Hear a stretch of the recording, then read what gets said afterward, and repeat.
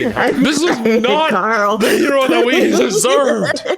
He's the villain that we got instead. Welcome to part 3 of us trying to learn about BlazBlue and not being confused. If you want to see part 2 and part 1 of our reactions, I'll have a link to the playlist down in the description.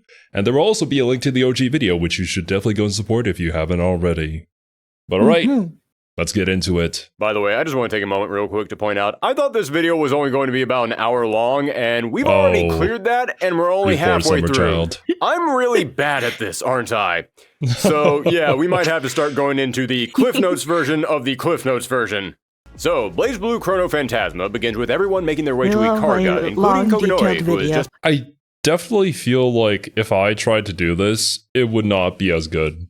And there would be no other way to do it without explaining all of these details. Despite all of that, there is still so much that we have to cut out. It's insane how much lore there is to this fighting game.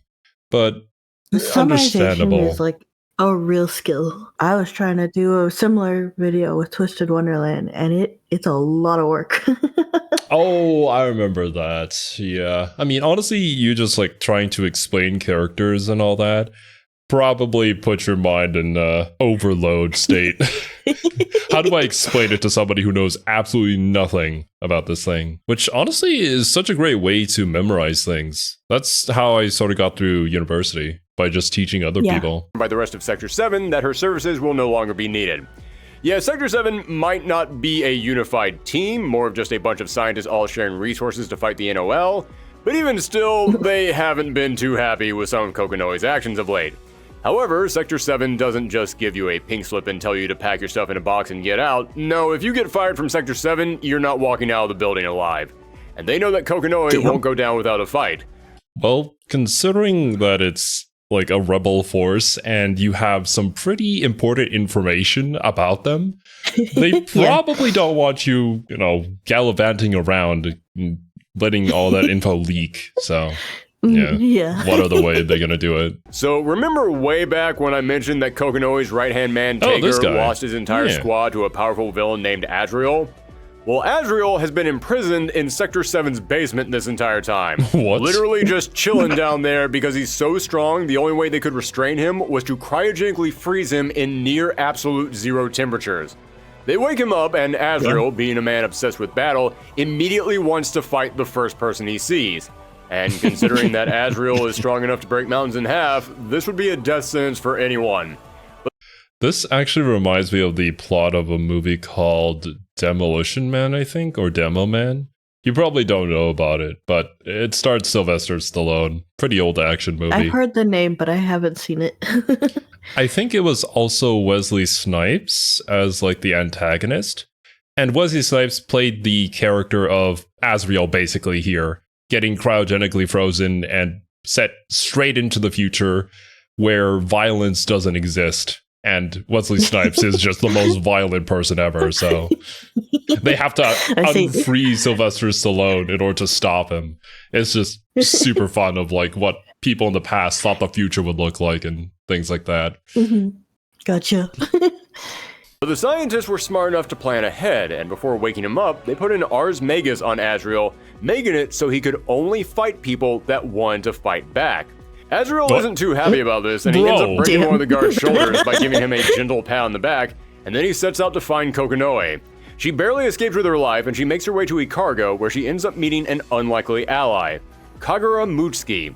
Kagura is one of the strongest fighters on the planet, a slovenly, womanizing party animal, and also the head of the NOL Royal Guard. So why would the head of the NOL Guards want to team up with a member of Sector 7? See a double agent?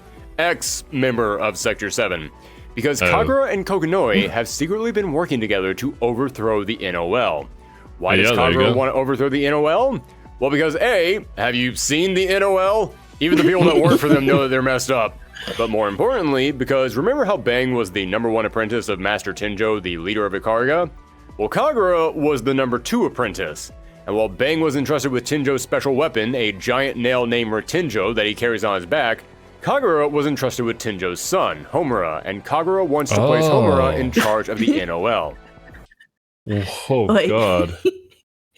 He goes, you're number one, you get the giant nail. You're number two, you get my son. Right? I feel like the priorities here are a bit backwards, but this nail is very important, apparently. Also, I would have never thought that these two would be connected. I didn't really think their designs were going in a similar way, but yeah, I don't see it. I mean, he kind of, I forget his name, the black-haired dude, just doesn't have a whole lot going on in his design, to be honest. I remember you saying that during the rating the design video, and so many people were mad about the main character. I don't even remember saying it then. I've accidentally doubled down.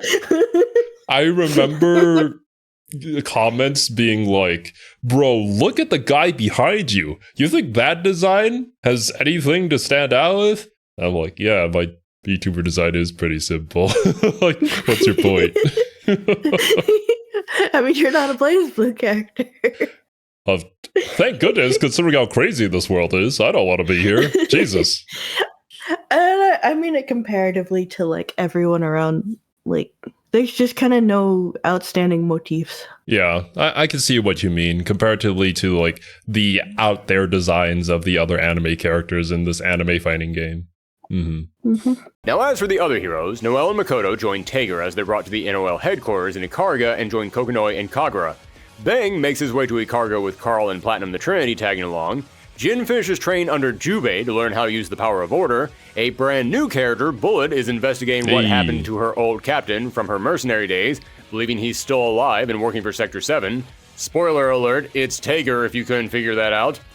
Well, we did see an image of them together before, but that might have been from this game, which is a part of the, like, oh, you get information, but it never gets explained until much later on, that he talked about much earlier on in the video. I think so. Another brand new character, Amani Nishiki, is leading a traveling theater troupe through Ikarga at the moment, and surprisingly enough, between Bullet and Amani, Amani is the one who will actually play into the story in a major way later on. And Ragna, well, Ragna ain't doing too well. Sure, he got the massive power-up in the last game, and Kokonoi even replaced his missing arm with a robotic one, but he's having a bit of a crisis of faith. He's finally going off to face Terumi and confront his sister, but things aren't sitting well with him, and that's leading to his Azure Grimoire acting up.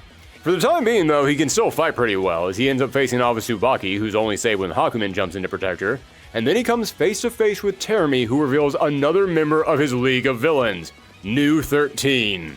Yeah, they reached into the boundary and fished her out, and she's just as murder-happy for Ragna as ever. Back to Kokonoi and Kagura, Kokonoi says that Saya and Terumi are planning something devastating, and it's going to require a bunch of Seether.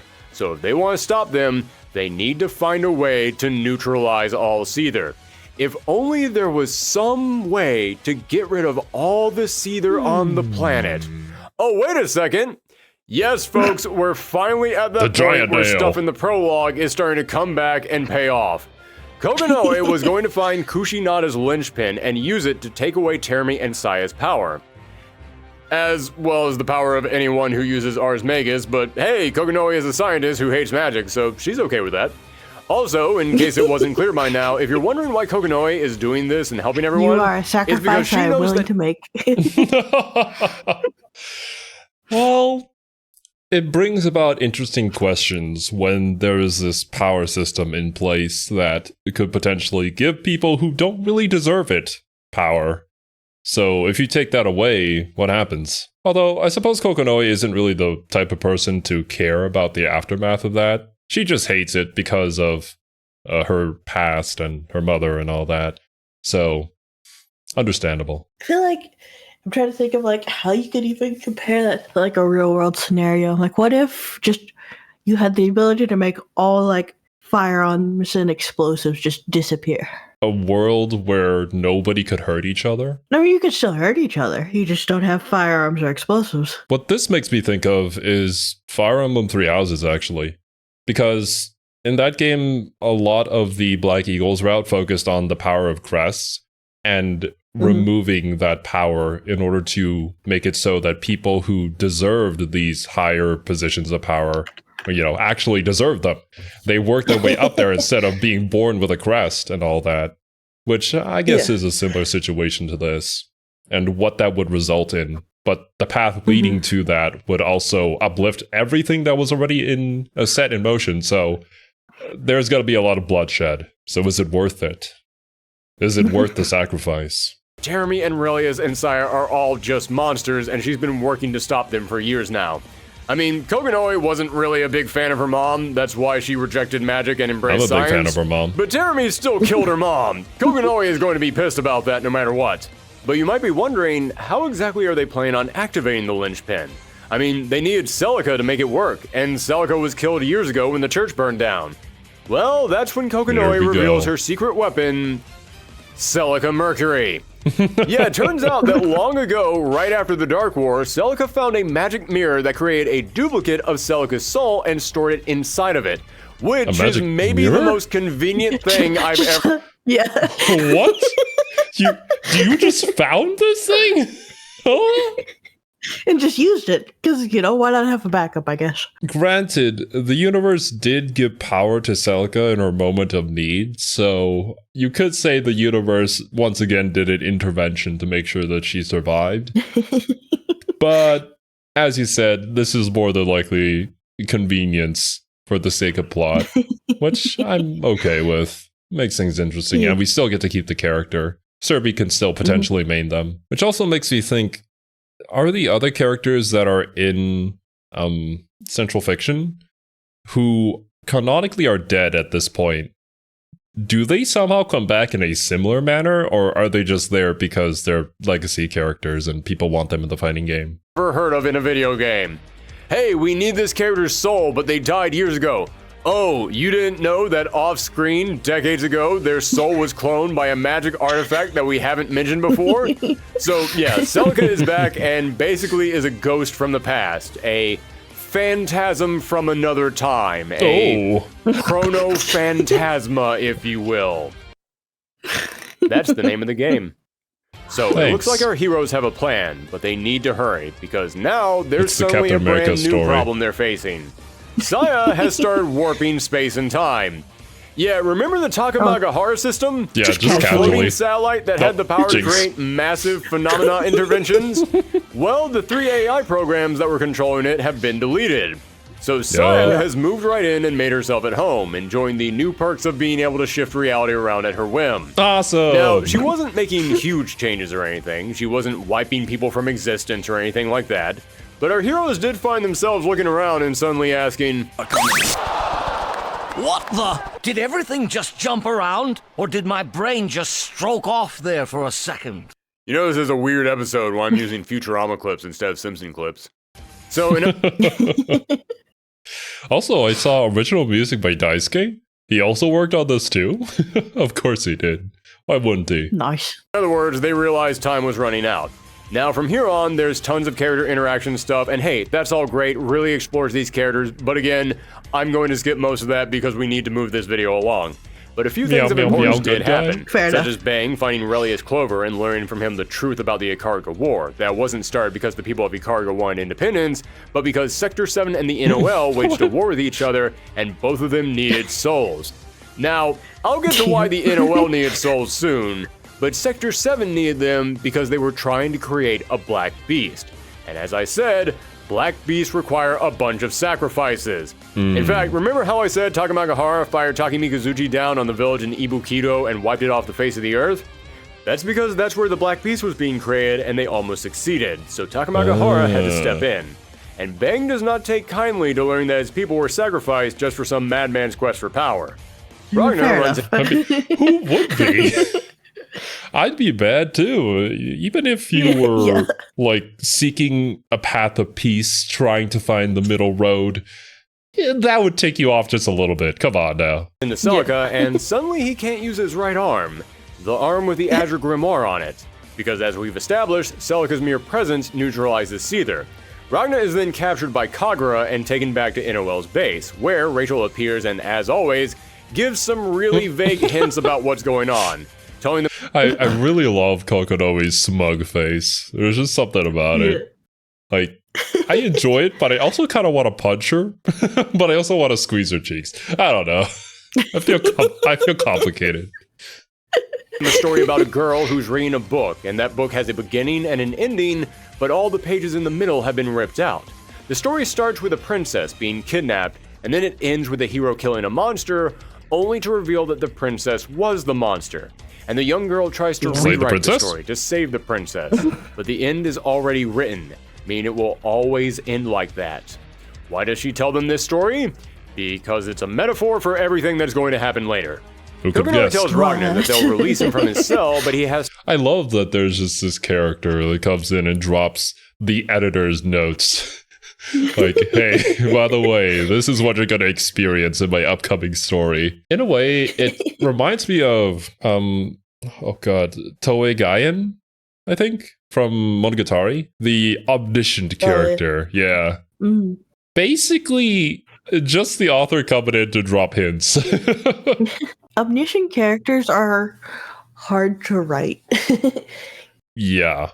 You need to give them several limitations, or else the story doesn't really get anywhere. I mean, isn't that actually the premise of, what was that manhwa called?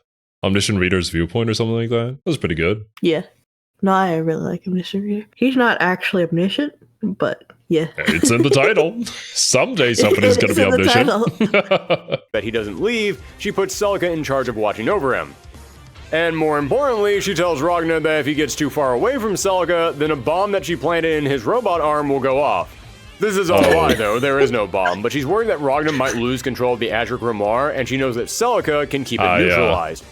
Also, in case anyone is wondering, Ragnar has no idea who Celica is, because she's back to being a teenager and he only knew her as an adult, and since she went on to be a nun, he never actually knew her name when he was growing up. He always just called her sister. Jin continues his journey to Ikarga, and along the way he runs into Hakumen. During their encounter, he confirms his suspicions that Hakumen is him from a different timeline.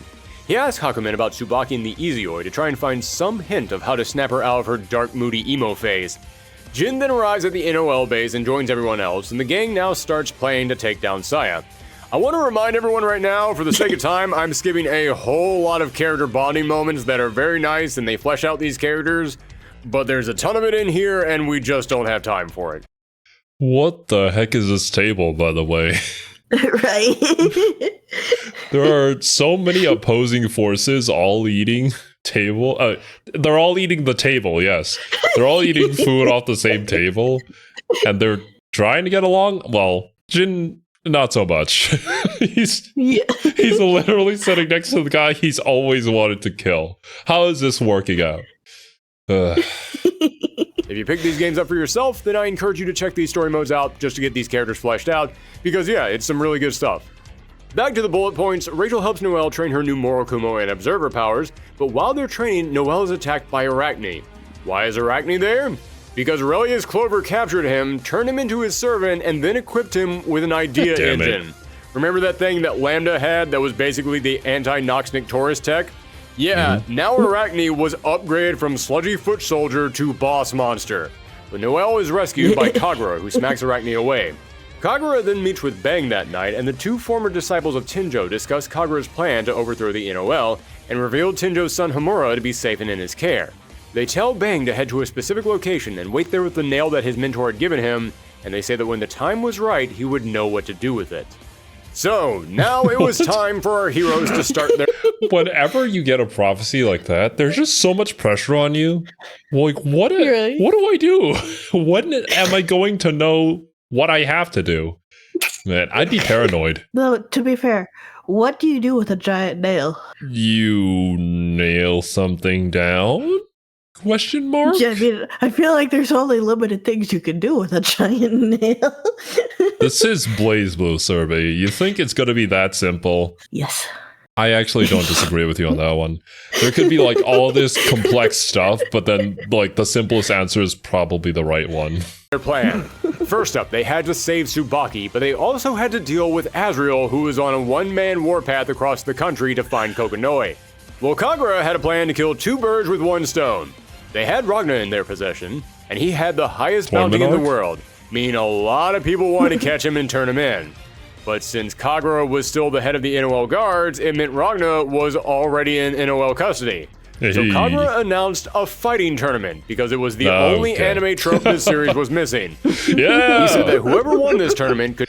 Granted, tournament arcs work so well, but you have to have something that works along with them and not just have it be simply a tournament arc because, that's just, it's too bland now. But it's so incredible how tournament arcs have all these ingredients that are necessary for whatever you need to happen in your story. That's probably why it's a mainstay in anime in general. I mean, just when you think of like shonen, which is its most common in, right? Mm-hmm.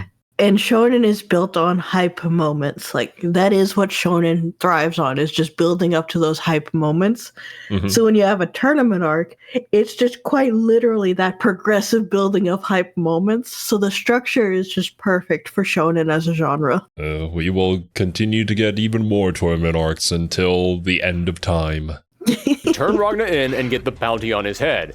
This brought Tsubaki there as a member of the NOL to oversee everything, and it also drew Azriel's attention. But more importantly, this tournament had another purpose.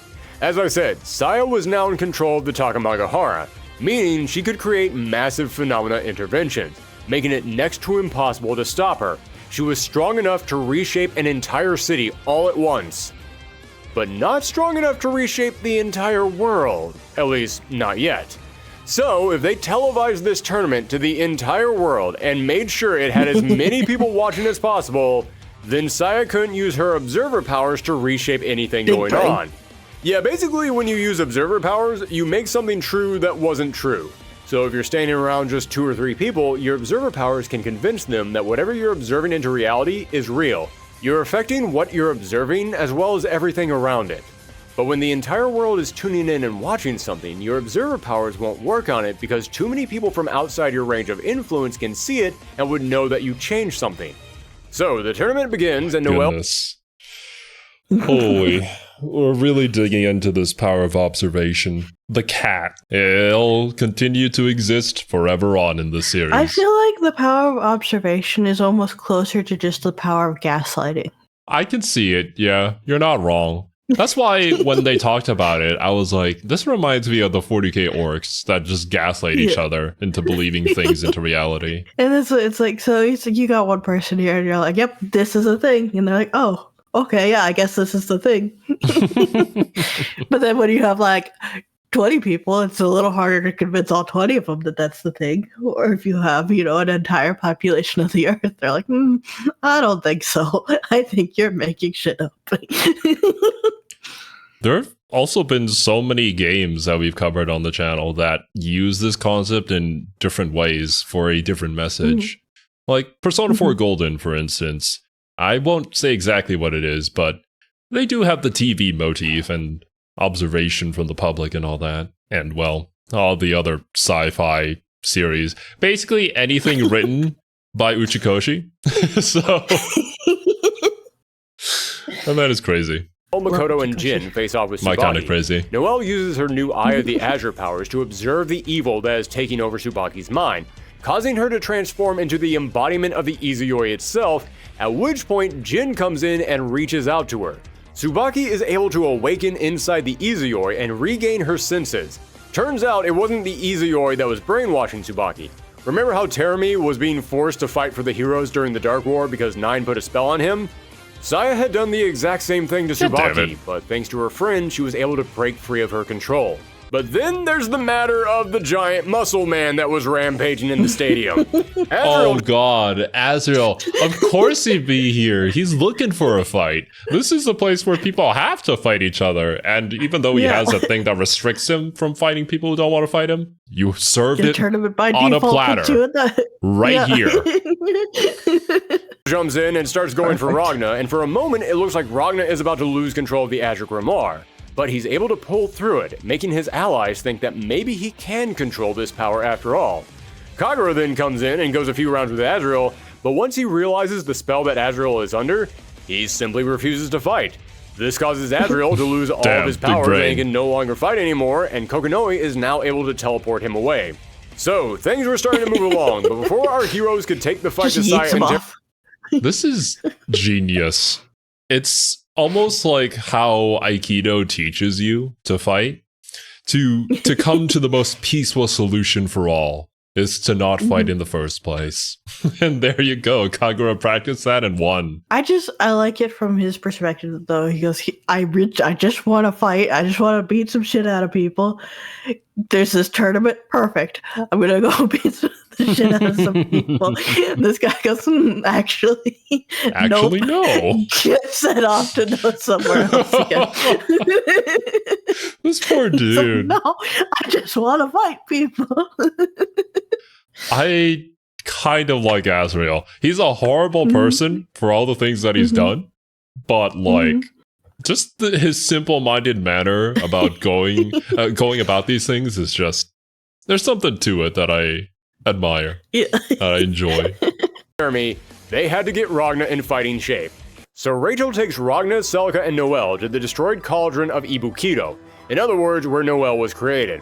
Using a whole bunch of crazy magical stuff that I won't get into, Rachel and Celica are able to send Ragna back in time. Now, hey, remember way it just happens. back in the prologue when I mentioned that Celica 100 years ago found an injured man named Blood Edge who she healed back to life? Oh God. Was I right? Was I right? Oh no.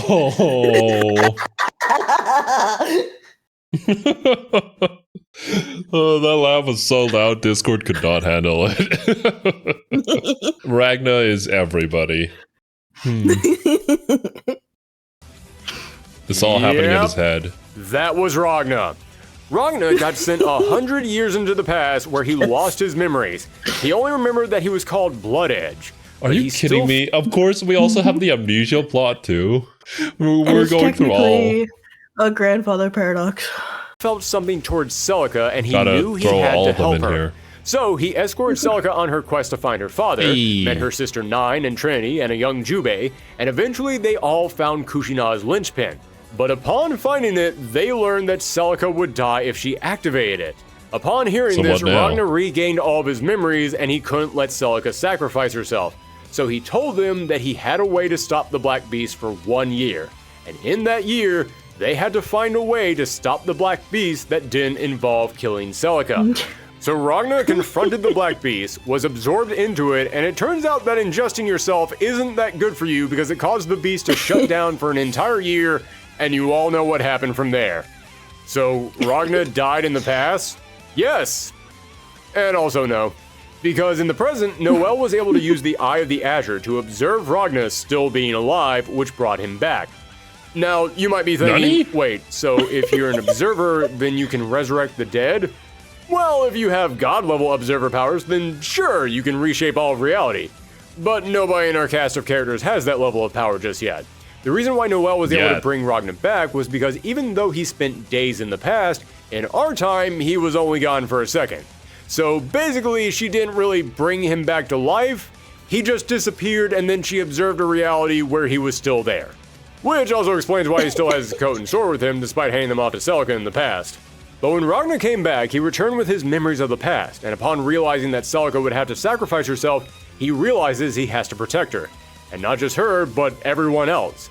Yeah, again, I'm skimming over all the character interaction stuff, but over the course of this game, Celica and Ragna start to get really close with each other, and realizing that he has to protect her, that's what clears up the emotional fog that's been plaguing Ragna throughout this entire game. So now, Ragna was finally ready to fight again, and he wasn't the only one. A classic tale, really, of the more jaded guy who meets this younger, innocent human being and is like, dang, I gotta be better. I mean, it's a dynamic that works. The Last of Us is primarily based off of that dynamic. At least the first one. There's, many good series. It is a classic, tried and true. You might have been thinking to yourself, hey, there's a group of characters who we haven't talked about in a while. And you're right, because as all of this was happening, the 6 heroes were reuniting with a plan to take down Terami. Hakumen, Valkenheim, Jubei, and Platinum, now with Trinity in control, all teamed up at Rachel's manor. And after Trinity met with Celica and got some emotional closure, they all headed out. Using Trinity's Nox Nectaris, which enhances her alchemic abilities, they separated Hazma and Terami. They need to do this because if they just destroyed Hazma, then Terami would still survive in his spirit form.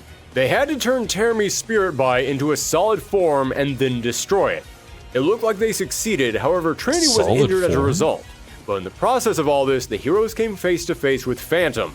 Yeah, remember the magical puppet that Teremy and Relius were carrying around? Is this 9? Is this related at all to 9 the Phantom? Phantom the 9? I don't know how her name goes. We observed Ragna, or alternate reality Ragna, being here, and so he is here. But our Ragna also got sent to the past and then died to the Black Beast. So, does that mean that we can have other characters from the past also be observed into this reality? And that's what Phantom here might be? Or, well, how the other characters that have canonically died will show up again? I think he said if they have like god level observer powers, which I would assume the person who could do something like that is what's her name, who took the 3 Saya? AI chairs, right? Oh, yeah. At Or this is she point, not technically an observer? She is, right? I'm pretty sure she is, right? Because she was just altering space and time at will because she had taken control of the system. So That's what I figured. I guess her observer powers plus the system, the Takamagahara system, or whatever you call it, is probably enough.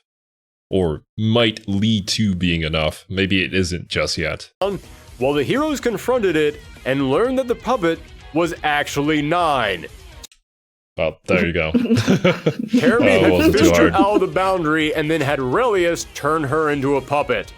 Now, back to Ragna, he confronted Kokonoi and is angry that she was actually willing to sacrifice Celica to use the linchpin.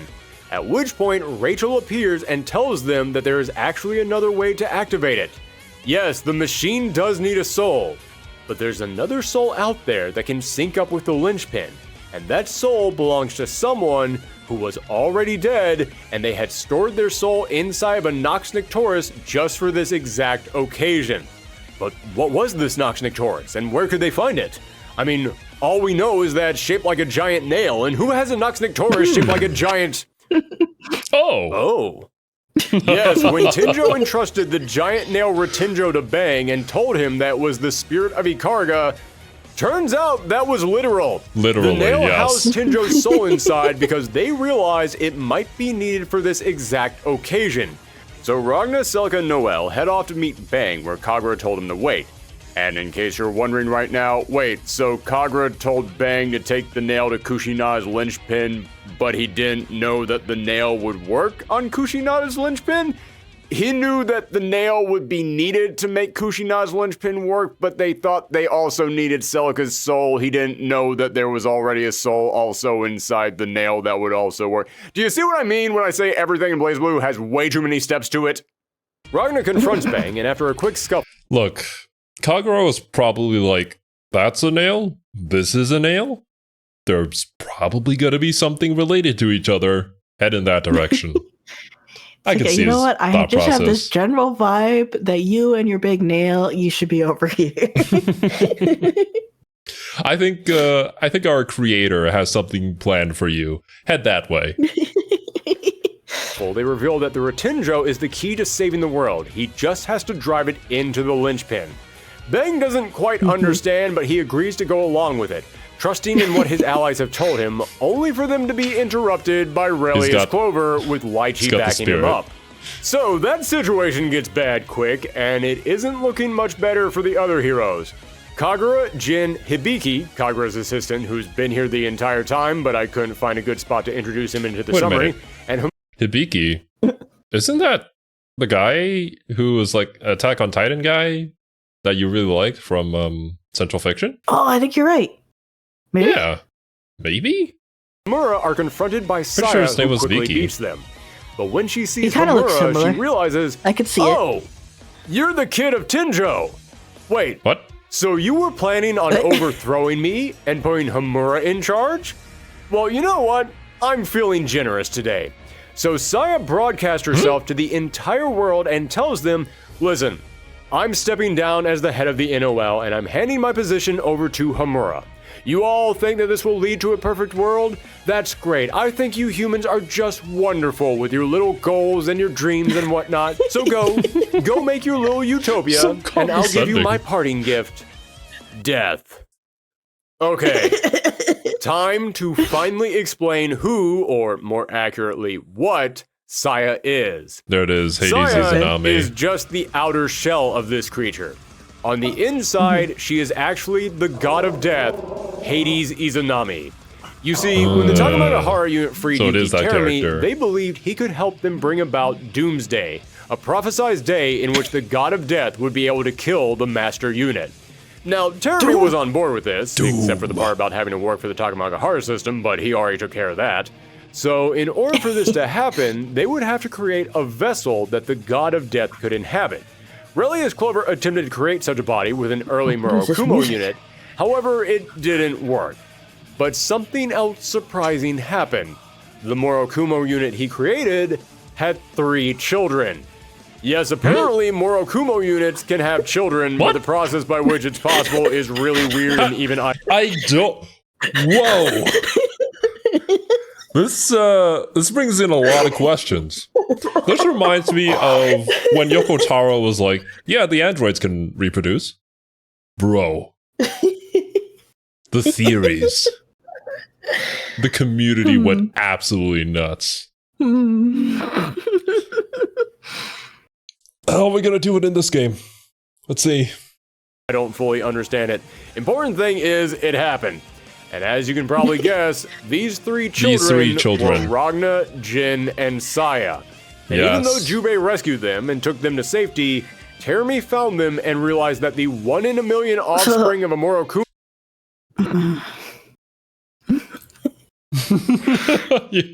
Your brain okay there, Survey? unit could be just what they needed.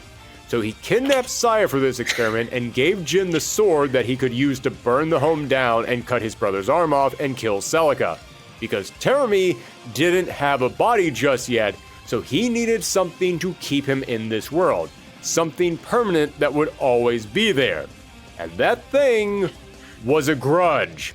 He stole Saya to be the body for Izanami and then made Jin attack Ragna so that way Ragna would keep Terumi in his mind 24/7. Damn. What the frick? What? That is such a boss move, though.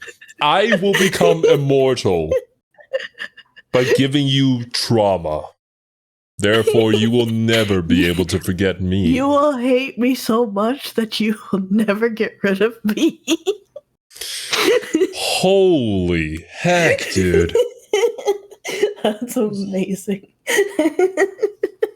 I don't think I've ever seen anything quite like that. This is some despicable Honestly, behavior. Me either. I love that. This is a very unique way to immortalize yourself. I gotta say, this is creative. It's kind of that concept of like, people will never die as long as you remember them. In the worst way possible. Yeah. I will never look at those bittersweet endings the same way ever again.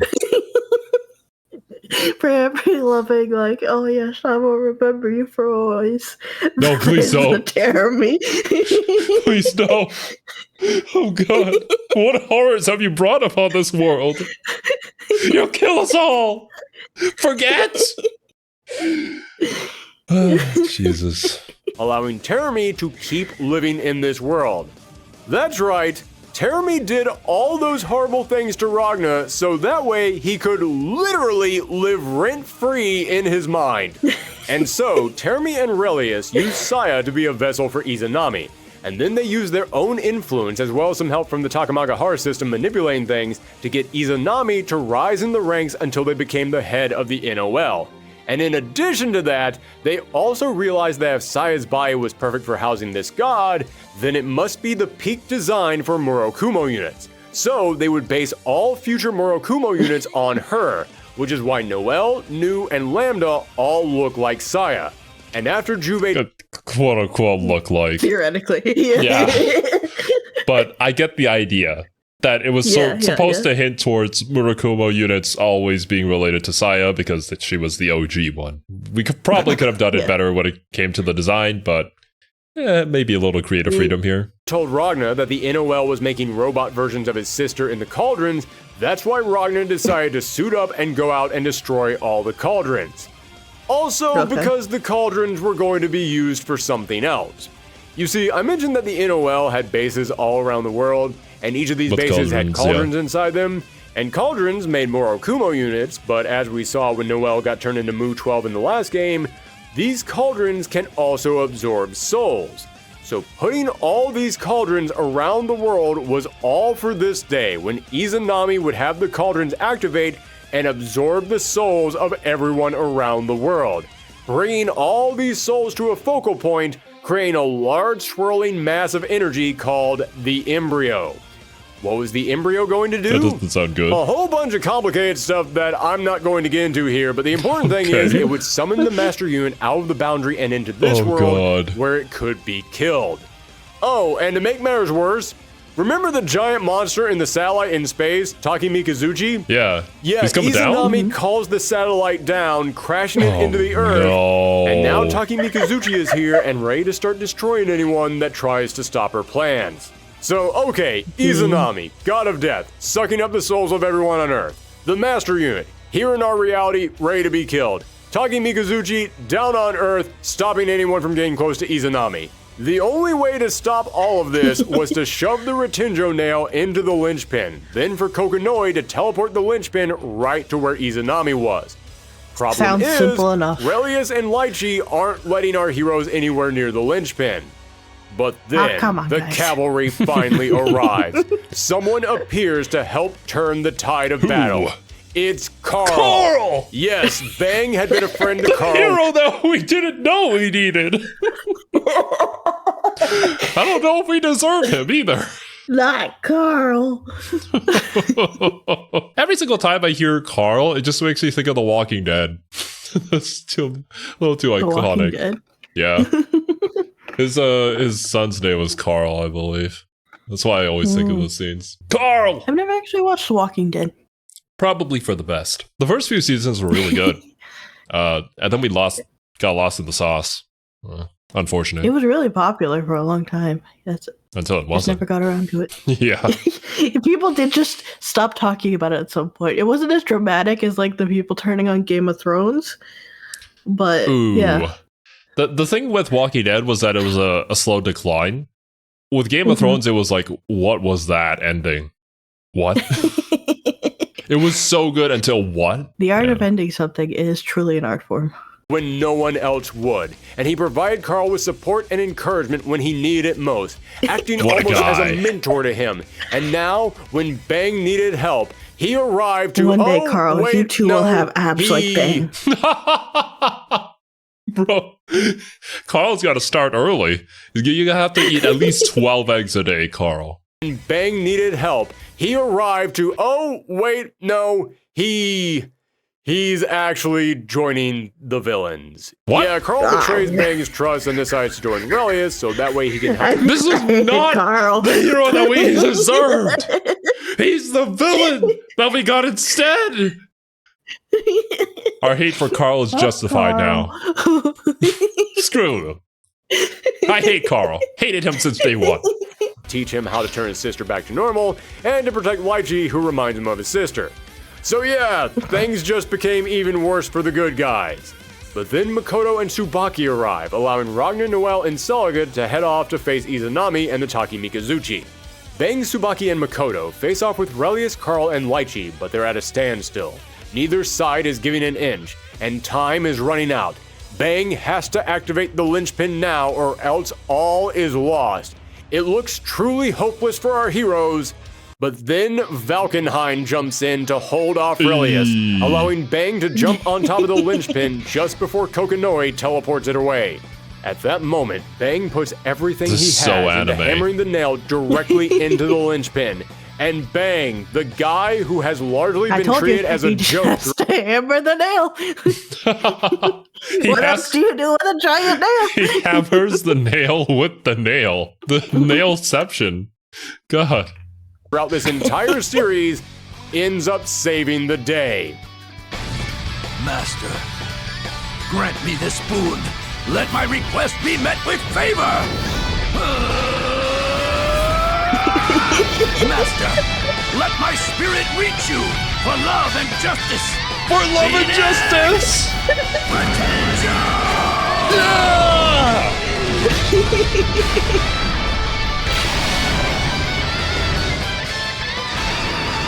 Beautiful. It looks like a giant butt plug. I was thinking bullet, but sure.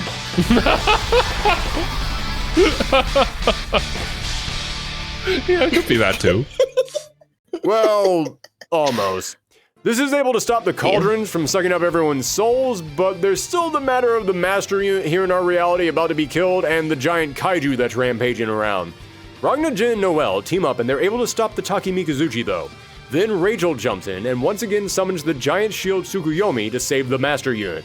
Again, I'd like to remind everyone, yes, there's about 10 other things going on right now that involve many other characters, but we're skipping all that in order to keep this as simple as possible. Ragna, Jin, and Noelle then move on to finally face Izanami. Only for Izanami to then cause the Black Beast to awaken inside of Ragna. So, in the twilight moments of this crisis, Ragna is overcome by the Black Beast, and Jin and Noelle have to stop him, or else all is lost. This is lining up to be the most dramatic battle in the entire franchise. Cut to the dramatic battle now. Oh. No! Yeah, you don't actually get to see any of that fight. Instead, we cut to after the battle, where Izanami has— What? Damn it. Are you? This is worse than Star Rail's black screen. But like, actually though, is this a joke? Or is this one of those things where we cut back to it later on in a future game? I hope so. Oh, damn. Yeah, This is such a blue balls, man. Come on. What? has escaped. No one can use Ars Magus anymore because all the Seether is gone, except of course for a handful of lucky people who apparently were just chosen by the Azure to still wield their powers. Translation, all the characters that you can play as in the game. So the world is kind of in disarray, and speaking of disarray, Jin was smacked around so badly by the Black Beast Ragna that he's now House of dead. M when they get rid of the mutants, except for, you know, a handful of our favorite mutants so they can still stick around. It's just a classic in storytelling. The main characters and the characters that people care about they have some sort of reason that they're not affected. Or else, how would the story continue, right? What, you think that we're just going to make them all normal people now? That do normal things? Make the BlazBlue into a slice of life show? Well, that would be a change. Yeah. Well, Ragna wakes up in a vast wasteland, looks up and sees the giant embryo that Izanami was creating out of all the souls still just hanging up there in the air. That's and not Ragna good. has no memory of who he is. God And damn it. that This poor boy can't hold on to his members to save his life. This poor guy. Like, Serbi's memory is pretty bad, but not as bad as Ragna's. Jeez. She gets kind of factory reset every few minutes. Factory reset? Is Ragna also a Murakumo unit? And he just doesn't know it? You never know. Maybe the Master Unit did put Ragna here on this Earth. It's just, goddamn, so funny how many times we're using this plot point. Chrono Phantasma. Easily the biggest story so far in these games, but thankfully we finally start to explain all that stuff that I've been putting off for later. Which means we only have one more game to go, the epic finale, and things are about to get even weirder.